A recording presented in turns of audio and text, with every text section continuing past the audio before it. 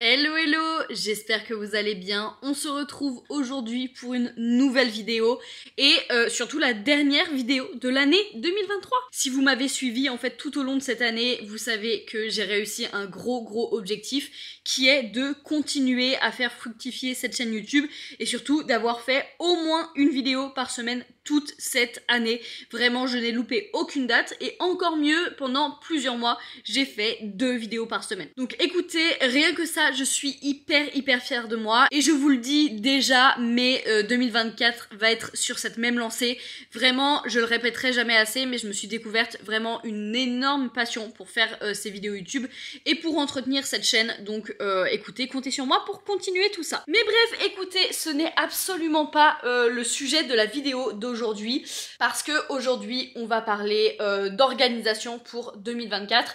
Je vais vous livrer quelques petits secrets et je vais vous montrer ma méthode pour faire mon vision board. Mais avant, en fait cette vidéo fait largement écho à la vidéo de la semaine dernière où je fais le bilan en fait de mon vision board de l'année dernière. Donc si vous ne l'avez pas vu, je vous conseille d'aller voir la vidéo précédente juste avant et de revenir ici après. J'ai envie de me poser quelque part mais je ne sais pas trop où, alors écoutez, je pense qu'on va rester vous et moi devant la fenêtre comme ça, vous aurez une bonne lumière. Déjà, je pense que je vais vous faire un petit pitch sur comment je prends les nouvelles années en termes généraux. Pour moi, pour être très honnête, ça a toujours été une immense source de stress, d'organisation un peu trop intensive et surtout de challenge un peu inutile. Je me foutais toujours la pression de malade mental et c'est vrai que j'ai quand même réussi à régler ce petit souci depuis quelques années. Je le prends avec beaucoup plus de détente et surtout en fait plus de sérieux et je me pose un petit peu mieux les bonnes questions, on va dire. Je sais pas si j'ai été très claire, mais vous verrez tout au long de cette vidéo de toute façon.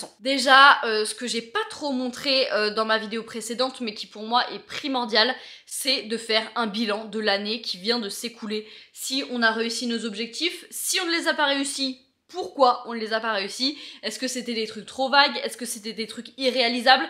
Est-ce que c'est des objectifs qui ne sont plus d'actualité ou quoi que ce soit? Vraiment pour moi, faire un bilan de l'année qui vient de se passer et de tout ça, c'est non négociable parce que je vois pas comment on peut se fixer d'autres objectifs pour l'année à venir si on ne sait pas ce qui s'est passé l'année précédente. Donc pour ça, il y a plein de petites questions que vous pouvez vous poser. Déjà, ce qui m'a plu, ce qui ne m'a pas plu, ce que j'ai réussi, ce que j'ai pas réussi, qu'est-ce que cette année m'a apporté, les leçons que j'en ai tirées, les choses qui m'ont fait changer, les choses qui sont restées, etc. Enfin vraiment, vous avez une multitude de questions à vous poser. Et pour ça, franchement, je vous conseille d'aller regarder un petit peu sur TikTok ou même sur internet en termes généraux. Vous avez des super questions et des trucs hyper intéressants en termes d'introspection qui peuvent vous être proposés, donc n'hésitez pas à aller regarder sur ces plateformes-là. Moi, personnellement, c'est ce que je fais. Évidemment, je sélectionne ce qui, pour moi, est le plus intéressant et le plus pertinent et je zappe les autres. Mais vraiment, ce petit truc-là d'introspection, c'est hyper important. Personnellement, je ne passe pas par un énorme nettoyage de décembre, un énorme glow-up, un gros reset en fait de avant la nouvelle année. Je trouve ça inutile et ça me fout plus la pression qu'autre chose. Je comprends les personnes qui le font parce que je comprends cette idée de vouloir partir sur de bonnes bases. Mais moi, je sais que j'aime bien attendre janvier pour remettre ma vie en ordre, etc. Franchement, je m'accorde le mois de décembre et la fin d'année pour être hyper tranquille, décompressée. Et en fait, savourer pleinement l'année qui vient de se finir et le fait que ça y est, je peux me reposer pendant quelques semaines avant de rattaquer une nouvelle année à fond. Donc voilà, dans cette vidéo, je ne vais pas vous présenter d'énormes resets ou quoi que ce soit, mais par contre, restez connectés pour les vidéos de l'année prochaine, parce que ça va arriver en bombe, et franchement, voilà, tout ce qui va être nouveau glow-up, nouveau reset et tout, je pense que ça va être les premières vidéos de l'année. Bref, ceci étant dit, je vais vous expliquer un petit peu comment je fais mon vision board, parce que pour moi, c'est l'élément primordial de ma planification de l'année 2024. Vraiment, je me suis aussi découvert une autre passion pour les vision boards. Vous savez que l'année dernière, j'en ai fait un physique. Cette année, j'ai pas réitéré l'expérience parce que ça m'a pas plus servi. Mais par contre, j'en ai fait un fond d'écran. Je vous le montrerai à la fin de la vidéo, bien entendu. Mais j'ai plein de petites techniques pour faire mon vision board. Et surtout, je suis une certaine logique. Et donc, je vais vous présenter tout ça. Je vais vous mettre les images en direct de comment j'ai fait. Et je vais tout vous commenter avec une voix off. Ok, nous sommes partis. Alors déjà, je tiens à rappeler un petit peu ce que c'est un vision board, à quoi ça sert, comment on s'en sert, comment on le fait. Donc en fait un vision board ça peut prendre plein de formes différentes.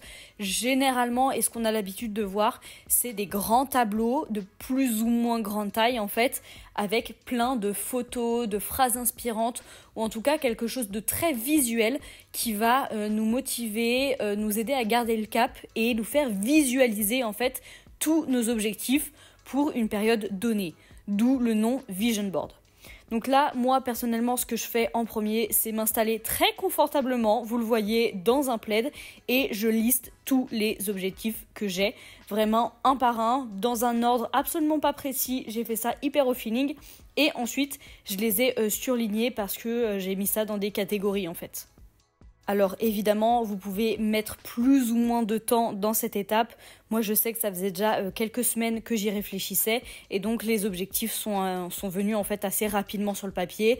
Vous verrez ensuite que j'en avais oublié et que je les ai rajoutés au fur et à mesure.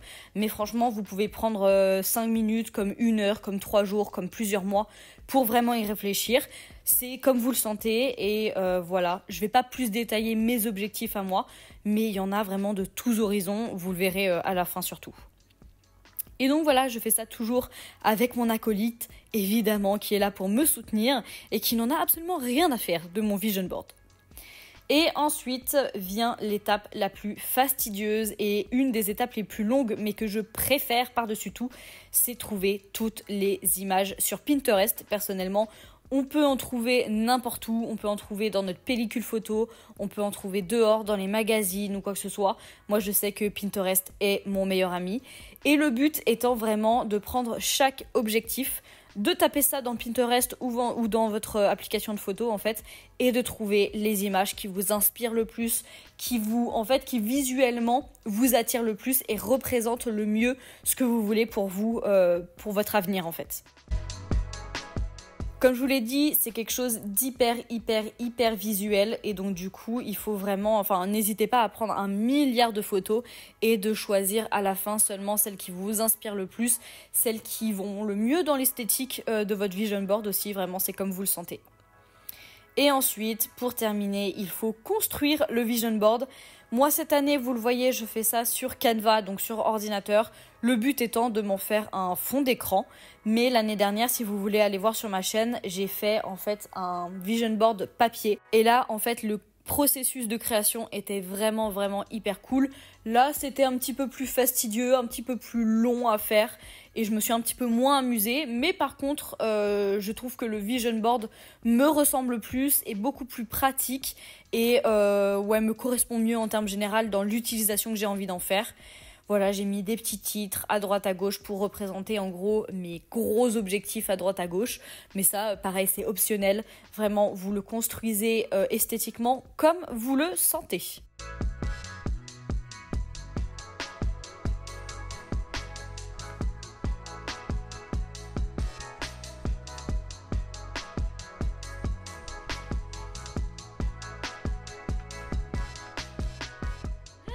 Voilà, mon vision board est terminé. Attendez, je vais aller vous montrer tout ça.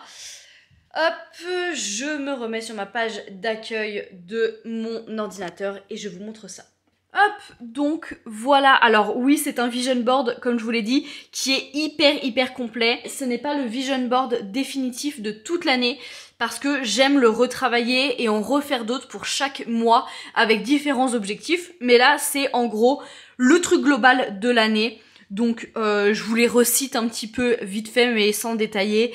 J'aimerais avoir un glow up, avoir mon body goal cette année, faire un petit peu plus de sport, soigner ma santé, soigner mes cheveux, ma peau, etc. Plus voyager, j'ai aussi un voyage de prévu avec mon chéri au studio Harry Potter. Je veux investir dans un appartement, continuer ma chaîne YouTube, pratiquer de l'art dans toutes ses formes et alors ça c'est avec mon chéri, c'est un peu perso mais voilà. Et non, ce n'est pas un bébé, je ne vais pas faire un bébé cette année, c'est juste son surnom, voilà. Franchement, j'ai pas de conseils plus que ça à vous donner sur la forme du vision board. Moi j'ai voulu faire quelque chose d'assez clair et de très coloré contrairement à ce que je fais d'habitude, parce que quand je les fais mois par mois, j'aime bien donner en fait les couleurs du mois. Donc genre pour décembre, je vais faire quelque chose de très blanc, très bleu, très hiver, alors que par exemple celui du mois de juillet est très orange, jaune, rouge, etc. Pareil pour l'automne, c'est des couleurs automnales. Et donc là j'avais envie de faire quelque chose qui regroupe un petit peu tout, et assez clair quand même. J'ai pas voulu mettre trop de photos, même si je trouve qu'il y en a déjà énormément. Bref, voilà, j'espère vous avoir un petit peu inspiré et surtout motivé à vous reprendre en main. C'est pas le bon terme, ça fait un peu péjoratif.